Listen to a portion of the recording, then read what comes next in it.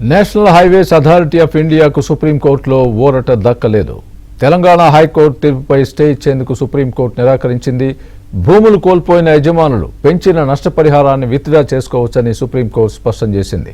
Yadadri Warangal highway భూసేకరణ వివాదంలో భూ యజమానులకు అనుకూలంగా సుప్రీంకోర్టు ఈ నిర్ణయం ఉంది.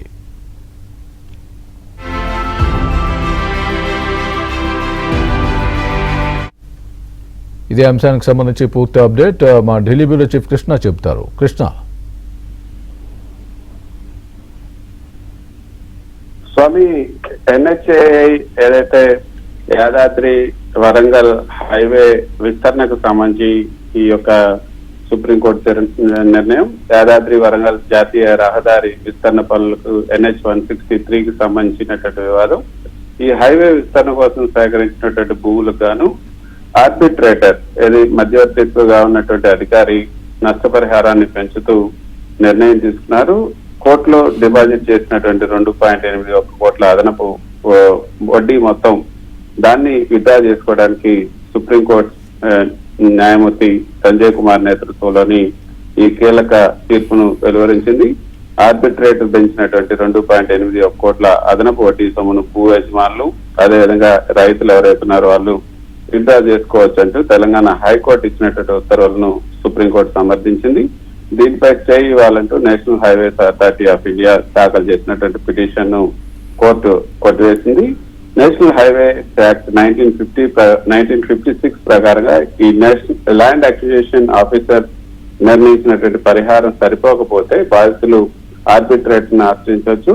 ఈ కేసులో ఆర్బిట్రేటర్ పరిహారంతో పాటు దానికి సంబంధించినటువంటి అదనపు వడ్డీ మొత్తాన్ని 2.81 కోట్లకు పెంచారు. ఈ చట్టబద్ధమైనటువంటి అధికారి నిర్ణయించినటువంటి మొత్తాన్ని కోర్టు పరిగణలోకి తీసుకుంది.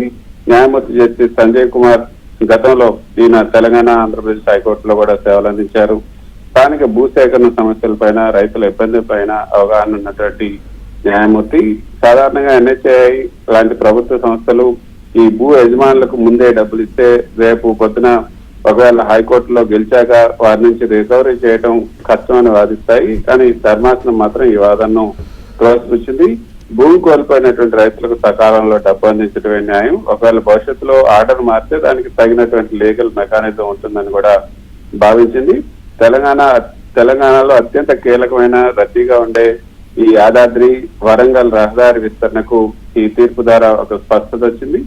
భూసేకరణ వివాదాల వల్ల ప్రాజెక్టులు నిలిచిపోకుండా రైతులకు పరిహారం అందేలా చేయడం ద్వారా అటు ప్రాజెక్టుకి, రైతులకు ఇద్దరికి కూడా ఇబ్బంది లేకుండా కోర్టులు మధ్య మార్గాన్ని ఎంచుకుంటాయన్నది దీని ద్వారా మనకు అర్థమవుతుంది. అయితే స్వామి, మొత్తానికి యాదాద్రి వరంగల్ పరిధిలోని ఈ భూ బాధితులకు సంబంధించి ఏదైతే భూ బాధితులకు సంబంధించి 2.81 కోట్ల వడ్డీ సొమ్మును తక్షణమే దక్కే అవకాశం కలిగింది. భూ సేకరణ చేసినప్పుడు కేవలం కోర్టు ప్రక్రియలు సాగదీస్తూ పరిహారం ఆపటం చెల్లదు, పెంచిన మొత్తాలని రైతులకు అందజేయాల్సిందే అన్నది సుప్రీంకోర్టు ఈ రోజు ఇచ్చినటువంటి తీర్పులోని సారాంశం.